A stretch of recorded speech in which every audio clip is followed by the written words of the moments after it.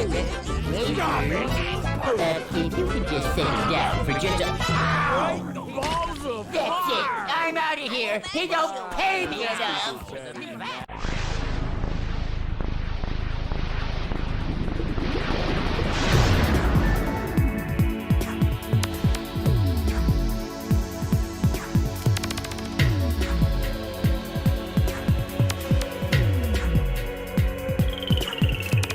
Most racing games have you in some kind of vehicle, like a car or a cart. Even Sonic's racing game put him in some kind of contraption, which makes sense considering he is the fastest thing alive, so it's a good way to even out the playing field.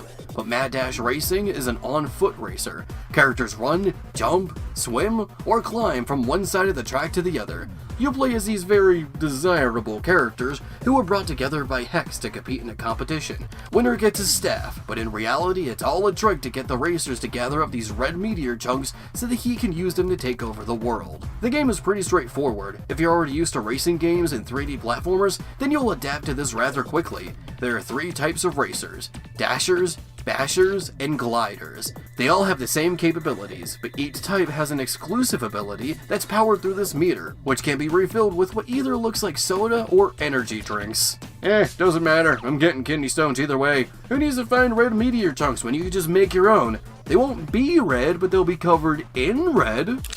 Dashers are able to give themselves a boost of speed. This makes it easier to run up ramps or give yourself the boost you need. Gliders can glide in the air for a short time, and bashers can attack other racers. Now remember how I said that these abilities are exclusive to each type?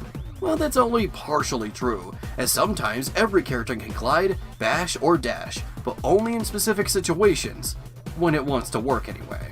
There are items you can use, and all of them are chaotically fun, like a ball you can roll inside, and shooting giant fruit, and well, trust me, it's way more fun than it sounds, okay? When characters get hit, they get sent flying, but it doesn't take long for them to get back up. It's still funny to see them fly around after getting hit by a giant banana. That is epics to low random, I tell you what. The characters themselves, however, aren't that interesting. To me at least. None of their designs really speak to me. Zero G is a sweetheart though. I love you, man. Aw, I love you too. Aww. Sid looks good in artwork, but in the game not so much. You can tell what they were trying to go for with the art style, but some of the characters don't get translated that well in 3D. Big Blue is fun, because he and Crunch Bandicoot and Crash Nitro Kart have one thing in common. They have bad Mr. T impressions that I just can't help but to adore. Come on, hurry up, I'm pumped. My name's Mr. T. First name Mr. Middle name period. Last name T.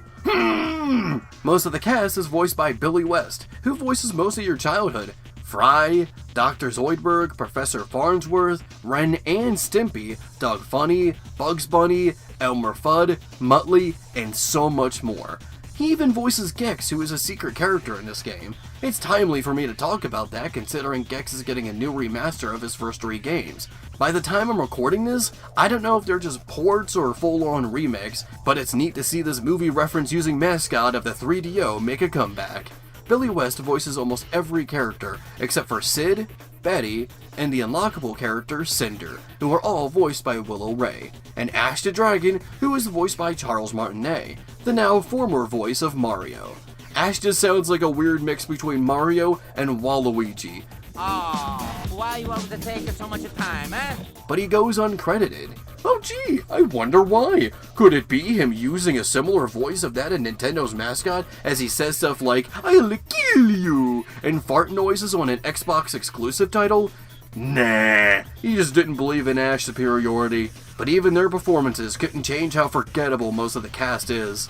They're at least more recognizable than the tracks, minus Pipeworks, which is my favorite track in the game. I can't remember the name of any of these tracks. They're not poorly designed structurally by all means.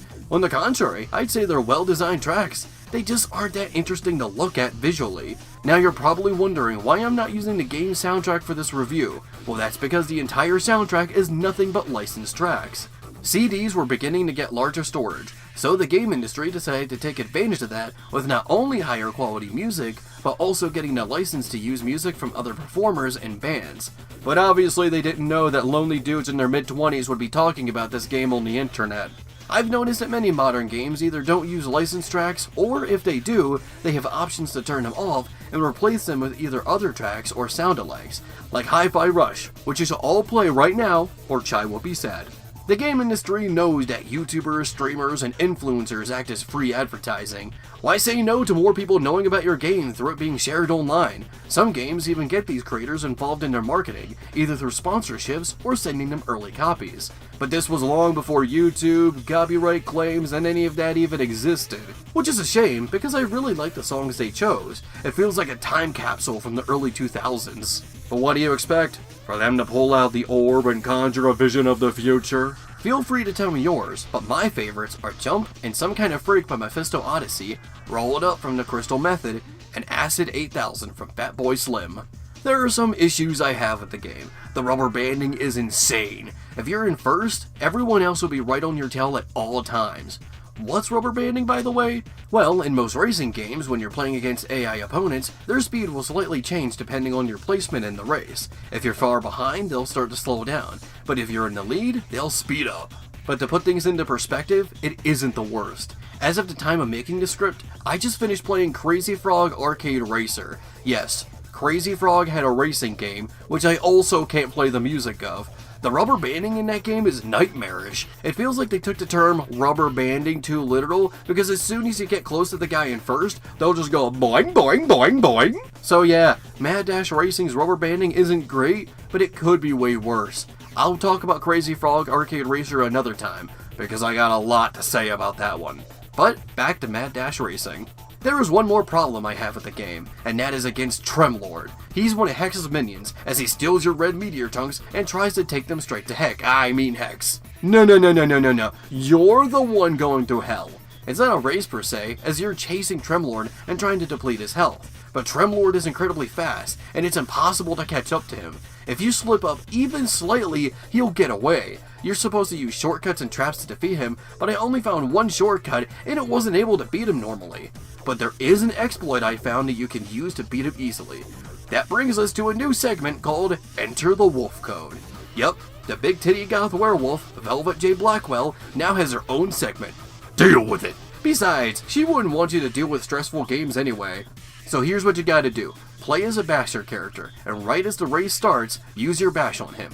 Don't hold the button, as that'll deplete all of your energy right away. Wait for him to get up, and do it again. But don't stand directly on top of him, and you have to be moving to use your bash. Stand slightly in front of him. Now it's just a matter of getting the timing right, and boom, you've won! It ain't the best, and it's a bit flawed, but Mad Dash Racing is a really fun on-foot racer. The game is only available on the original Xbox, and it is yet to be re-released. I'm assuming because of all the licensed music they'd have to renew the rights for, but if you ever find a copy of this game somewhere, why not give it a shot?